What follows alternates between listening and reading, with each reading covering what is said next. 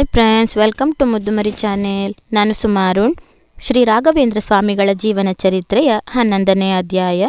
ಪೂಜ್ಯಾಯ ರಾಘವೇಂದ್ರಾಯ ಸತ್ಯಧರ್ಮರತಾಯ ಚ ಭಜತಾಂ ಕಲ್ಪವೃಕ್ಷಾಯ ನಮತಾಂ ಕಾಮಧೇನವೇ. ವೆಂಕಟನಾಥರಿಗೆ ಸನ್ಯಾಸ ದೀಕ್ಷೆ. ಬಹಳ ಸಮಯದವರೆಗೂ ಶ್ರೀ ಸುಧೀಂದ್ರರು ವೆಂಕಟನಾಥರು ಮೌನವಾಗಿ ಹಾಗೆಯೇ ಕುಳಿತಿದ್ದರು. ಇಬ್ಬರಿಗೂ ಪರಸ್ಪರ ಮನೋಭಾವನೆಗಳು ಅರ್ಥವಾಗಿದ್ದರೂ ಮಾತಿನಲ್ಲಿ ಹೇಳಲಾಗದ ಅನೇಕ ಗಹನವಾದ ವಿಚಾರಗಳನ್ನು ಅವರು ಮೌನವಾಗಿಯೇ ವಿನಿಮಯ ಮಾಡಿಕೊಳ್ಳುತ್ತಿದ್ದರು. ಕೊನೆಗೆ ಆ ಮೌನವನ್ನು ಮುರಿದು ಶ್ರೀ ಸುಧೀಂದ್ರರೇ ಹೇಳಿದರು, ಮಗು, ಸನ್ಯಾಸವೆಂದರೆ ತುರಿಯಾಶ್ರಮ. ಎಲ್ಲ ಆಶ್ರಮಗಳಿಗಿಂತಲೂ ಅದು ಬಹಳ ಶ್ರೇಷ್ಠವಾದದ್ದು. ಇದು ಎಲ್ಲರಿಗೂ ದೊರಕುವಂಥದ್ದಲ್ಲ. ಇದನ್ನು ಪಡೆಯಲು ಜನ್ಮ ಜನ್ಮಾಂತರಗಳ ಪುಣ್ಯ ವಿಶೇಷವಿದ್ದರೆ ಮಾತ್ರ ಸಾಧ್ಯ.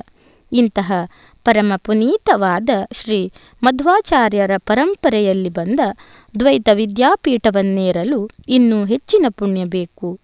ಮಗು, ನಿನ್ನ ಮೇಲೆ ಶ್ರೀ ಮೂಲರಾಮರ ಸಂಪೂರ್ಣ ಅನುಗ್ರಹವಾಗಿರುವುದರಿಂದಲೇ ಆ ಪರಮಾತ್ಮನೇ ನಿನ್ನನ್ನು ಈ ಭಗವತ್ ಕಾರ್ಯಕ್ಕೆ ಆರಿಸಿಕೊಂಡಿದ್ದಾನೆ. ನಿನ್ನಿಂದಲೇ ಲೋಕ ಕಲ್ಯಾಣವಾಗಬೇಕೆಂದು ಶ್ರೀಹರಿಯ ಇಚ್ಛೆಯಾಗಿದೆ. ವತ್ಸ, ನೀನು ಈ ಸಂಸಾರದ ವ್ಯಾಮೋಹವನ್ನು ಸಂಪೂರ್ಣವಾಗಿ ತ್ಯಜಿಸಿ ಲೋಕೋದ್ಧಾರಕ್ಕಾಗಿ ಸಿದ್ಧನಾಗಬೇಕು ಎಂದರು. ಆಗ ವೆಂಕಟನಾಥರು ಶ್ರೀಗಳಿಗೆ ತಾನು ತನ್ನ ಪತ್ನಿಯೊಂದಿಗೆ ಮಾತನಾಡಿ ತನ್ನ ಕೊನೆಯ ನಿರ್ಧಾರವನ್ನು ತಿಳಿಸುವುದಾಗಿ ಹೇಳಿದರು. ಅದಕ್ಕೆ ಶ್ರೀ ಸುಧೀಂದ್ರರು ಸಹ ಸತಿಯ ಒಪ್ಪಿಗೆಯಿಲ್ಲದೆ ಸನ್ಯಾಸ ಸ್ವೀಕರಿಸುವುದು ನ್ಯಾಯವಲ್ಲ, ಹಾಗೆಯೇ ಮಾಡುವಂತೆ ತಿಳಿಸಿದರು. ಆದರೂ ವೆಂಕಟನಾಥನು ಮೌನವಾಗಿಯೇ ಕುಳಿತರು. ಶ್ರೀಗಳು ಅವರಿಗೆ ಧೈರ್ಯವನ್ನು ತುಂಬುತ್ತಾ ಸಂಕೋಚವಿಲ್ಲದೆ ಎಲ್ಲವನ್ನೂ ಮನಬಿಚ್ಚಿ ಹೇಳುವಂತೆ ಪ್ರೋತ್ಸಾಹಿಸಿದರು. ಆಗ ವೆಂಕಟನಾಥರು, ಗುರುಗಳೇ, ನನ್ನ ಮಗನಿಗೆ ಉಪನಯನ ಮಾಡಬೇಕಾದ ಜವಾಬ್ದಾರಿ ಇದೆ ಎಂದು ಹೇಳಿದರು. ಆ ಒಂದು ಕರ್ತವ್ಯದಿಂದ ತಾನು ಮುಕ್ತನಾದರೆ ನಾನು ಮುಂದಿನ ನಿರ್ಣಯಕ್ಕೆ ಬರಲು ಅನುಕೂಲವಾಗುತ್ತದೆ ಎಂದು ಹೇಳಿದರು.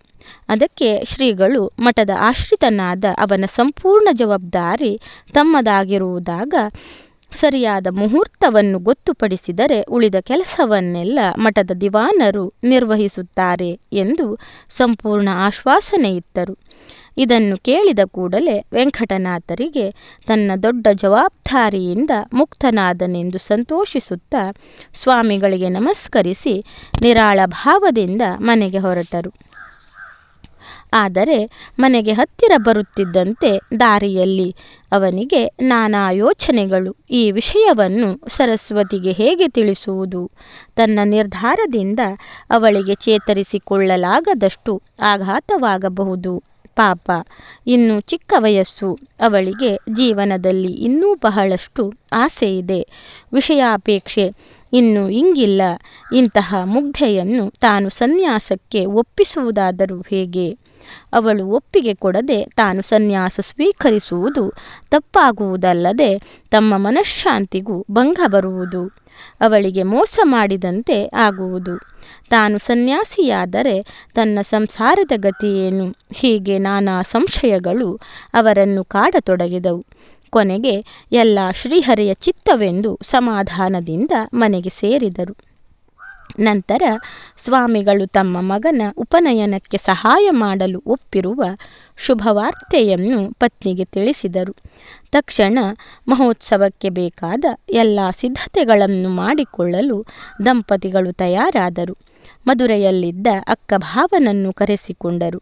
ಶ್ರೀಗಳ ಮಾರ್ಗದರ್ಶನದಲ್ಲಿ ಬಾಲಕನ ಉಪನಯನವು ವೈಭವದಿಂದ ನಡೆಯಿತು. ಶ್ರೀಗಳು ವಟುವಿಗೆ ಆಶೀರ್ವಚನ ನೀಡಿದರು. ಮಠದ ವೆಚ್ಚದಲ್ಲಿಯೇ ಸಾವಿರಾರು ಬ್ರಾಹ್ಮಣ ಸುಮಂಗಲಿಯರಿಗೆ ಅನ್ನದಾನ, ವಸ್ತ್ರದಾನ ಮುಂತಾದವುಗಳು ನಡೆದವು.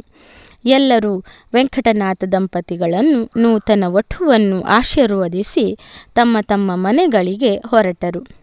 ಇನ್ನು ಪತ್ನಿಗೆ ತನ್ನ ಸನ್ಯಾಸ ದೀಕ್ಷೆಯ ಸಮಾಚಾರವನ್ನು ತಿಳಿಸಬೇಕಾಗಿತ್ತು. ಅದಕ್ಕಾಗಿ ಅವಳ ಮನವರಿತು ಒಂದು ದಿನ ನಿಗದಿಪಡಿಸಿ ಮೆಲ್ಲಗೆ ಪ್ರಾರಂಭಿಸಿದರು. ಸರಸ್ವತಿ, ಮಾನವನ ಜೀವನದ ಗುರಿ ಆತ್ಮಾಧೋರವೋ ಅಥವಾ ಲೋಕೋದ್ಧಾರವೋ ಎಂದು ಯೋಚಿಸುತ್ತಿದ್ದೇನೆ. ಇದರಲ್ಲಿ ಯಾವುದು ಸರಿ ಎಂದು ನಿನ್ನ ಭಾವನೆ ಎಂದು ಕೇಳಿದರು. ಅದಕ್ಕೆ ಅವಳು, ಮೊದಲು ಆತ್ಮಕಲ್ಯಾಣ, ನಂತರ ಲೋಕ ಕಲ್ಯಾಣ.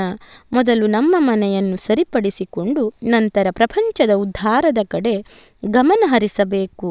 ಅದೇ ಸರಿಯಾದ ಮಾರ್ಗ ಎಂದಳು. ವೆಂಕಟನಾಥರು, ಹಾಗೇನಿಲ್ಲ, ಮಹಾತ್ಮರಾದವರು ತಮ್ಮ ಸ್ವಾರ್ಥವನ್ನು ಬದಿಗೊತ್ತಿ ಲೋಕೋದ್ಧಾರಕ್ಕಾಗಿ ಹಗಲಿರುಳು ಶ್ರಮಿಸಿದ್ದಾರೆ ಎಂದರು. ಹೀಗೆ ಅವನು ಒಗಟಾಗಿ ಮಾತನ್ನು ಮುಂದುವರಿಸುತ್ತಿರುವುದನ್ನು ನೋಡಿದ ಸರಸ್ವತಿಯು ಅವನಿಗೆ ಅವನ ಮನಸ್ಸಿನಲ್ಲಿರುವ ವಿಷಯವನ್ನು ತನ್ನ ಮುಂದೆ ನಿಸ್ಸಂಕೋಚವಾಗಿ ತಿಳಿಸುವಂತೆ ಕೇಳಿಕೊಂಡಳು. ಆಗ ಅವನಿಗೆ ಸ್ವಲ್ಪ ಧೈರ್ಯ ಬಂದು ಶ್ರೀಗಳಿಗೂ ತನಗೂ ಅಂದು ನಡೆದ ಸಂಭಾಷಣೆ ಹಾಗೂ ತನ್ನ ಸನ್ಯಾಸ ಸ್ವೀಕಾರದ ವಿಷಯವನ್ನು ಸೂಕ್ಷ್ಮವಾಗಿ ತಿಳಿಸಿ ಇದಕ್ಕಾಗಿ ಆಕೆಯ ಸಹಕಾರವನ್ನು ಹಾಗೂ ಸ್ಪಷ್ಟ ಅಭಿಪ್ರಾಯವನ್ನು ಕೋರಿದರು. ಅದನ್ನು ಕೇಳಿದ ಕೂಡಲೇ ಸರಸ್ವತಿಯು ದುಃಖಿಸುತ್ತಾ, ಸ್ವಾಮಿ, ತಮ್ಮನ್ನು ಬಿಟ್ಟು ನಾನು ಒಂದು ಅರೆಕ್ಷಣವೂ ಬದುಕಿರಲಾರೆ. ನೀವಿಲ್ಲದೆ ನನಗೆ ಮತ್ಯಾರು ಗತಿ? ನೀವು ಸನ್ಯಾಸಿಗಳಾದ ಮೇಲೆ ನನಗೆ ನಿಮ್ಮನ್ನು ನೋಡುವ ಭಾಗ್ಯವೂ ಇರುವುದಿಲ್ಲ. ನಿಮ್ಮನ್ನಗಲಿ ನಾನು ಬದುಕಿರುವುದು ಅಸಾಧ್ಯ. ಇದೇ ನನ್ನ ಸ್ಪಷ್ಟ ಅಭಿಪ್ರಾಯ ಎಂದಳು. ಇನ್ನು ಅವಳ ಜೊತೆ ಈ ವಿಚಾರವಾಗಿ ಚರ್ಚಿಸುವುದು ಸರಿಯಲ್ಲವೆಂದು ತಿಳಿದು ವೆಂಕಟನಾಥರು ಅಲ್ಲಿಂದ ಯಾವುದೋ ಕಾರ್ಯನಿಮಿತ್ತವಾಗಿ ಹೊರಟು ಬಿಟ್ಟರು. ಈ ಮಾತುಕತೆಯ ನಂತರ ಇಬ್ಬರಿಗೂ ಮನಸ್ಸಮಾಧಾನ ಉಳಿಯಲಿಲ್ಲ. ಅವನಿಗೆ ಮುಂದೆ ಏನು ಮಾಡಬೇಕೆಂದು ತೋಚದೆ ದಾರಿಗಾಣದಂತಾದರು. ಸರಸ್ವತಿ ಒಂದೇ ಮಾತಿನವಳು. ಅವಳನ್ನು ತನ್ನ ಸನ್ಯಾಸ ಸ್ವೀಕಾರಕ್ಕೆ ಹೇಗೆ ಒಪ್ಪಿಸುವುದೆಂದು ತಿಳಿಯದೆ ಚಡಪಡಿಸತೊಡಗಿದರು. ತನ್ನ ಪತ್ನಿ ಒಪ್ಪಿಗೆ ನೀಡಲಿಲ್ಲ, ಹಾಗಾಗಿ ತಾನು ಸನ್ಯಾಸ ಸ್ವೀಕರಿಸುವುದು ಅಸಾಧ್ಯವೆಂದು ತಿಳಿಸಿಬಿಡಲೇ ಎಂದು ಒಮ್ಮೆ ಯೋಚಿಸಿದರು. ತನ್ನನ್ನು ಸ್ವಂತ ಪುತ್ರನಿಗಿಂತಲೂ ಹೆಚ್ಚಾಗಿ ಸಾಕಿದ ಶ್ರೀ ಗುರುಗಳಿಗೆ ದ್ರೋಹ ಬಗೆಯುವುದು ನ್ಯಾಯವೇ? ತಾನು ವಿಶ್ವಾಸಘಾತುಕನಾದರೆ ತನಗೆ ನರಕವಾಸವು ತಪ್ಪಿದ್ದಲ್ಲವೆಂದು ಮತ್ತೊಮ್ಮೆ ಗಾಢಾಲೋಚನೆಯಲ್ಲಿ ಮುಳುಗಿದರು. ಈ ದೇಹ ನಶ್ವರ. ಸಂಸಾರ ಮಕ್ಕಳೆನ್ನುವ ಈ ಸ್ವಾರ್ಥ ಭಾವನೆ ಕ್ಷಣಿಕವಾದದ್ದು. ಜೀವಿಯ ಹಿಂದೆ ಬರುವುದು ಅವನು ಇಲ್ಲಿ ಗಳಿಸಿದ ಪಾಪ ಪುಣ್ಯಗಳು ಮಾತ್ರ. ತಾನು ಸನ್ಯಾಸಿಯಾದರೆ ಕೇವಲ ತನ್ನೊಬ್ಬನ ಕಲ್ಯಾಣ ಮಾತ್ರವಲ್ಲ, 2 ವಂಶಗಳ 7 ತಲೆಮಾರಿನವರು ಉದ್ಧಾರವಾಗುವರೆಂಬ ಮಾತು ಶಾಸ್ತ್ರಸಮ್ಮತವಾದವು.